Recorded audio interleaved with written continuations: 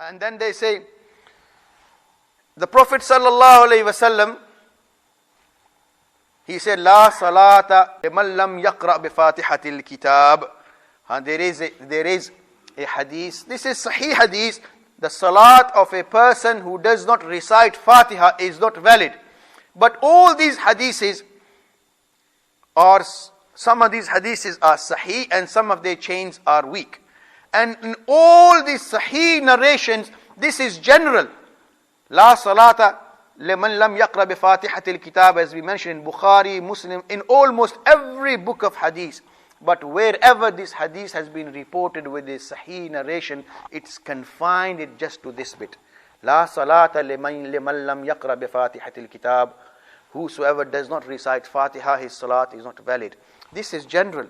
And Imam in Tirmizi, Imam Ahmad bin Hanbal rahimahullah is reported to have said, this hadith, liman yusalli wahda, for whosoever prays individually. Other people say, look, you pray salat in Jamaat, but you don't recite Fatiha, your salat is not valid. The Prophet is saying, if you don't pray Fatiha, your salat is not valid. But this is not what the hadith is saying.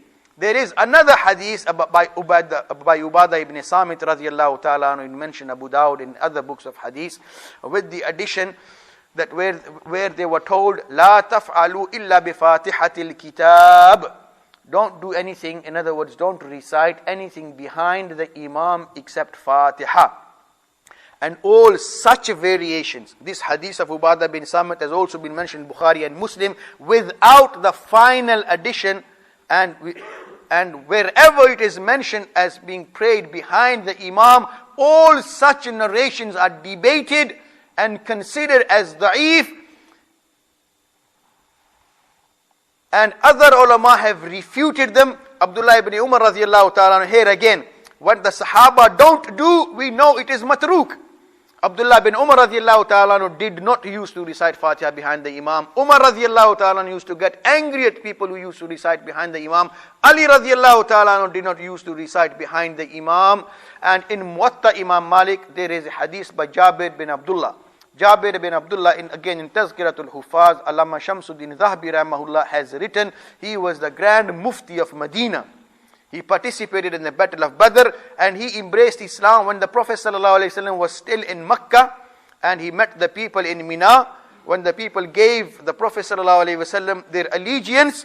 So he had embraced Islam before Hijrah. He grew up in Medina and he participated in the Battle of Badr. And one night, it says in Tazkiratul Hufaz, the Prophet ﷺ bought a camel from Jabir bin Abdullah, and in response to that, the Prophet gave him dua for maghfirah 25 times.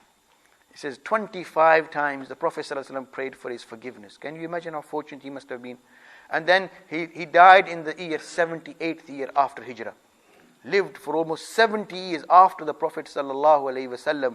And in that time, there were many great scholars in Medina, many among Sahaba, many amongst Tabi'een, and he remained the big mufti of Medina.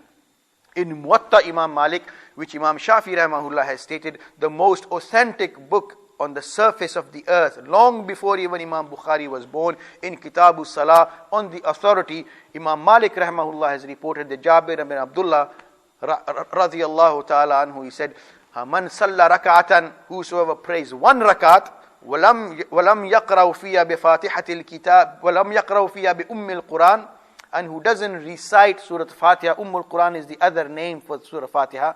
And whosoever prays one rakat, does not pray Surah Fatiha in that rakat, falam yusalli, he has not prayed illa wara al-imam, unless he is behind the Imam. Because there are many other narrations in which the Prophet ﷺ has said, Man kana lahu imamun fa qira'atul imami lahu qira'a, with slight variations. Whosoever prays behind the Imam, then the recitation of the Imam is sufficient. Or the Imam is sufficient for you to recite. If you have an Imam, recitation of the Imam is sufficient. So this big mufti of Medina, in the presence of many Sahaba and Tabi'eens, he would give the fatwa, when you are with the Imam, then you don't have to pray Fatiha. And that hadith of Ubadah ibn Samit Radiyallahu ta'ala, in which he is reported to have said, that hadith has been reported with the addition of praying behind the Imam by Muhammad bin Ishaq, who is regarded as one of the most prolific liars. He has written a seerah of the Prophet sallallahu alaihi wasallam, and ulama say when it comes to seerah, historical events, there is no problem. And the Prophet sallallahu alaihi wasallam, in a hadith reported by Imam Bukhari, the Prophet is reported to have said, "Ballighu anni walau ayah," convey on my behalf, even though it may be one thing. وَحَدِّثُوا عَنْ بَنِي إِسْرَائِيلَ وَلَا حَرَجٍ. There is no problem, even from the people of the book, quote from them, no problem. Now this quoting from the people of the book, in other words, Christians and Jews, what sort of things have Muslims accepted from the Christians and Jews? Historical events of the past, no ahkam. So similarly, from Muhammad bin Ishaq, if Muslims can accept the narrations of Jews and Christians, this is a hadith in Bukhari, حَدِّثُوا عَنْ بَنِي إِسْرَائِيلَ وَلَا حَرَجٍ. If Muslims can accept historical events from Christians and Jews, then what's wrong with accepting historical events from Muhammad bin Ishaq? So hence he's written a book of seerah, and those historical events, no problem. But when it comes to hadiths regarding ahkam, the ulama, the muhaddisun, they say he was a prolific liar, and his hadiths are simply not acceptable.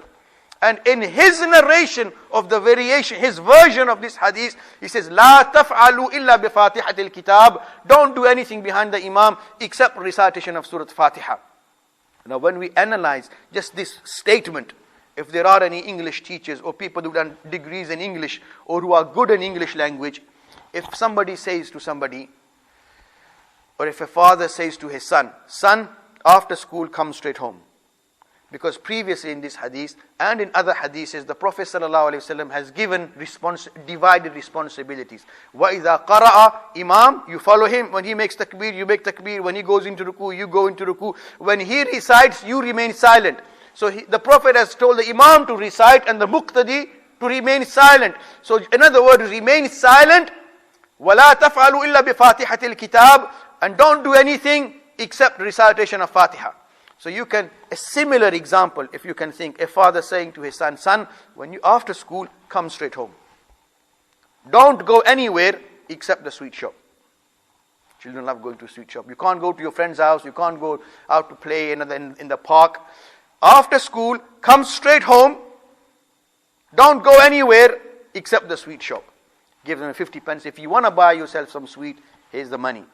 Now, is he telling the son to go to the sweet shop? What's he saying?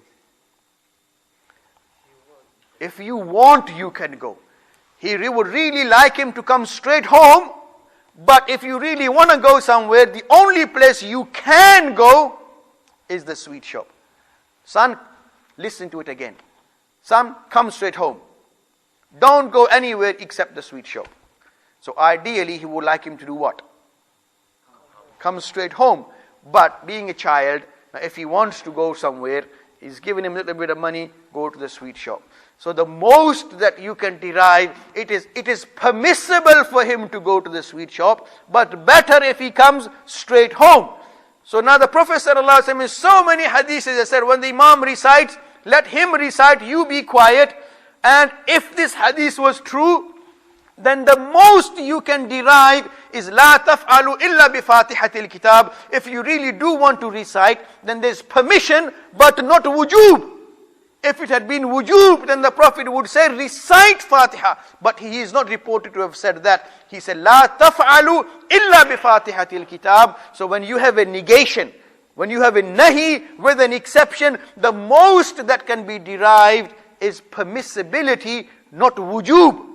So when Imam Abu Hanifa rahimahullah, for example, he says, in light of the hadith, if you pray behind the Imam, man kana lahu imamun fa qira'atul imam lahu qira'ah, and then the recitation of the Imam is sufficient for the muqtadi as well. People say, but look, it says in hadith, la salata illa bi fatihatil kitab, without presenting the total and the complete picture. Isn't that deception?